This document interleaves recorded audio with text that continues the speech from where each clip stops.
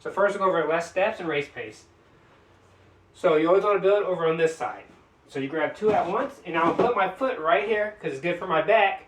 So this pallet, there's no products right here, right? So I'm going to put it right here. I'm going to step right here. So it'll be like this, here, and just like this. So I'm never stepping. The way most people do it is like this, because they're currently taught wrong. They put one right here, they put one right here, they put one right here, and they're gonna walk around, put one right here, they grab another one, they walk around, they put one right here. The way I do it, you don't have to walk around your pallet. You just reach and you're good.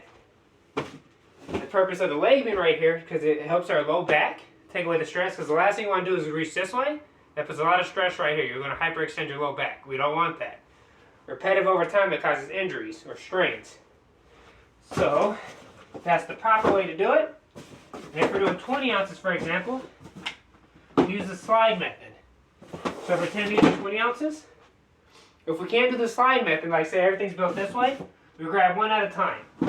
So the pallet's fresh, you only grab one. And once you grab it, it'll have something like this, and we slide it. How you do that? Quickly, you over and then down. Twist, over, down. Until you can slide it, you grab one. So you always grab one the regular way, and then you start grabbing two with the slide method. Let somebody pick the pallet before you, then you start the slide method right away.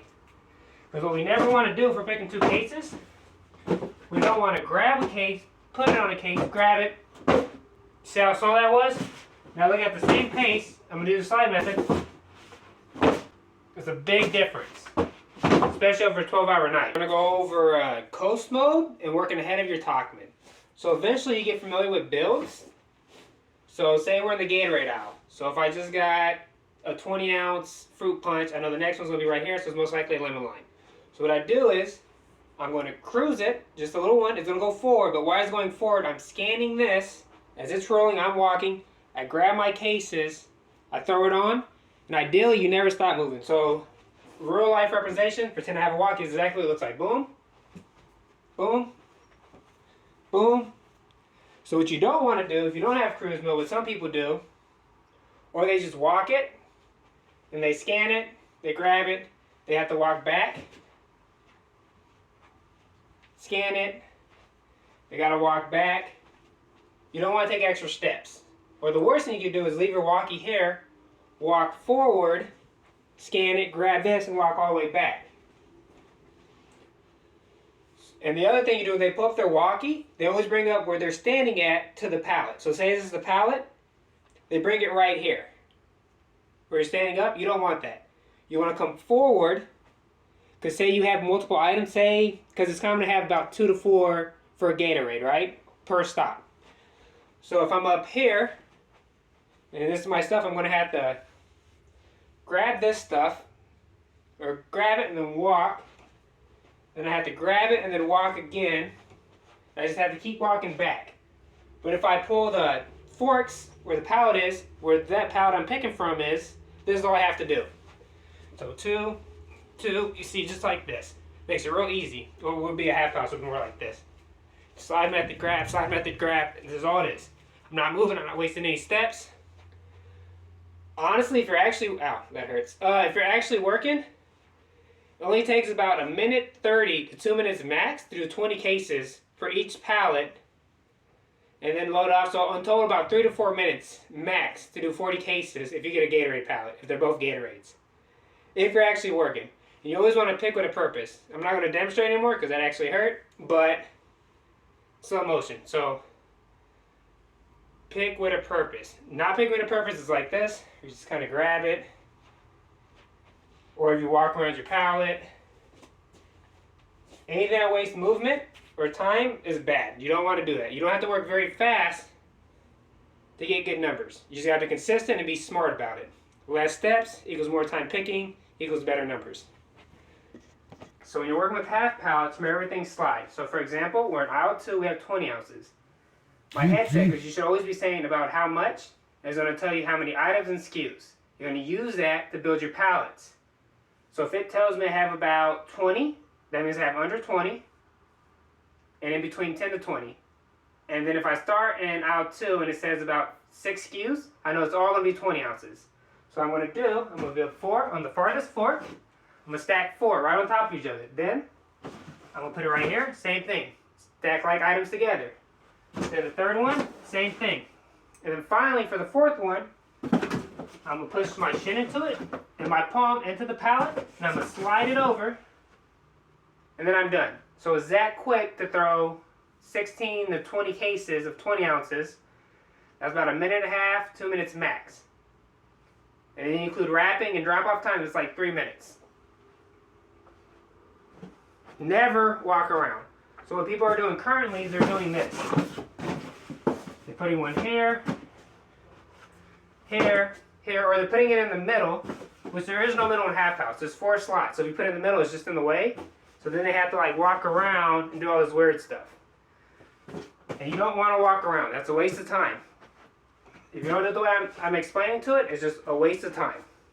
You want to be in one spot. Again. Again. Again. That's where I 1 at a time, but ideally it's 2, so it's more like this. You know what I'm saying?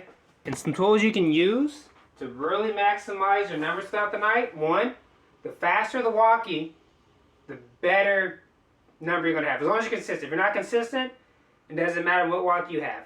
For half pallets, a fast walkie will add so many cases to you. Honestly, between 20 and maybe 40 cases per hour for doing the same exact pace. Because it's much faster, so say one walkie goes 6 and the other one goes 8. The one that goes 8 miles per hour is going to make a huge difference. Alright, another thing is wrapping your pallets around fast. So if this is my pallet right here, what I like to do, I run, wrap, run, pull, run, pull, run, pull. And that's how you want to wrap. Or, if you don't want to go that fast, take large steps. So, boom, fast, pull out the slack. Pull out the slack. And you don't want to start from the bottom or the top. You always want to start from the bottom. Because if you start at the top, this is eccentric, and you never want to walk backwards either. Think of it like sprinting. You run faster forward than you do backwards. Athletes, we focus more, if we're peaking, like my vertical jump, or sprinting, we focus on concentric movements, not eccentric. Because it's explosive. When you jump, that's a concentric. So it's the same concept. We go faster coming up than we can going down. And this is going to load your muscles more, so you'll be more fatigued throughout the night. All right, so one of the other reasons that we memorize builds, not only so the pallets don't fall, because it makes it quick to count. Me personally, when I'm going really fast, I like a 10 to 15 second rule. So that means any pallet I have, I should be able to count between 10 to 15 seconds max. Ideally, I could do it under that, but at least 10 seconds. 15 is the maximum amount I would like to go. If this is a half pallet, and say it's stacked 4 high, all the way through, right away, just look at 16. 520. So I just know it from right away. And then you have stuff stacked on top of it. We're going to borrow these shoes. Pretend these are like 2 T's. When we stack the T's this way, so when we count, we know it's 2. Because if it's like this, we know it's 1. If it's the longer way, we know it's 2 every time. So 16, 17, 18, 19, 20, 21, 22, 23, 24. So quick. 10 to 15 seconds. For me, like I said, I think that's the best rule for counting even big pallets. So say it's 16.9. So I got 4, 36, bam, done. So it should be instant almost. There's also 2 different things you can do. Down stacking is always faster. So say I need 60 Pepsis because I cut up to layer. I just down stack, say it's 70 on that, down stack 10. And say the other one I need is like 70. And say it has 80 on this, so I down stack 10. So I call a forklift, he'll come and put that pallet on top of the pallet. Then that's a 3-minute pallet. So that saves you 2 minutes. Especially if you got 3 of those, that could save you like 6 minutes, for example. Or you go to actual layer people and tell them to build it for you, since it's their job. And normally they would do it for you. I don't know if the new ones will. But that's another way how you can get that job done quicker. So that's pretty much all I have for you. So if you want to be very efficient at Pepsi, never stop moving. Me personally, I like taking 10-minute breaks instead of 15. Just enough to pee, eat some food, get back out there.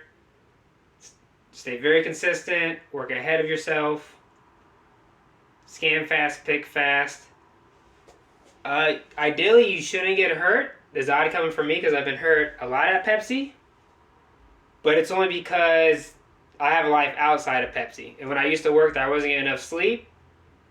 And now my body's a little bit older, so it's after doing physical labor for so long at such a high level for the past 10 years, so I've been working the same everywhere. Pepsi's the only job I ever worked where I didn't go as fast as I could every single day. Only because there's too many variables. I had to worry about the dock, I had to worry about the support driver, I had to worry about my team members, because I only work fast to get out of work. So like I had a foreman that would lose trucks, so say we would have to throw for 5 hours ideally, but then he messes up the momentum because he loses his trucks, and then we have to work a little bit longer, so then it might be a 6 or 7 hour night, but still an early night. So I still work fast, even though I should have got out sooner. But yeah, so that's all y'all need to know to be great at Pepsi. Alright, the final lesson that's going to apply to big pallets is you have to know how to throw cases. You literally throw cases. On a big pallet, the odds of them spilling are very low. So if I have a case, I'm not putting it down like this. If it's a big pallet, half pallet, that's fine. I'm throwing the case. What I do, I throw it, I push my hand to stop it in place. So I'm throwing it, stopping, throwing it, stopping it. That's a lot quicker than this. So see that? This is me putting it there. That's me throwing it. So we're going to do 10. So 10, this way, 1, 2, 3, 4, 5, 6, 7, 8, 9, 10. All right, now we're going to throw it, and I'm going to put my hand on it. 1, 2, 3, 4, 7, 8, 9, 10. Huge difference. If you always want to throw over 300 cases per hour, on book, I mean always guaranteed, you have to throw it. If you place in it, you can still get 300 cases an hour, but it's going to be very, very hard doing it that way.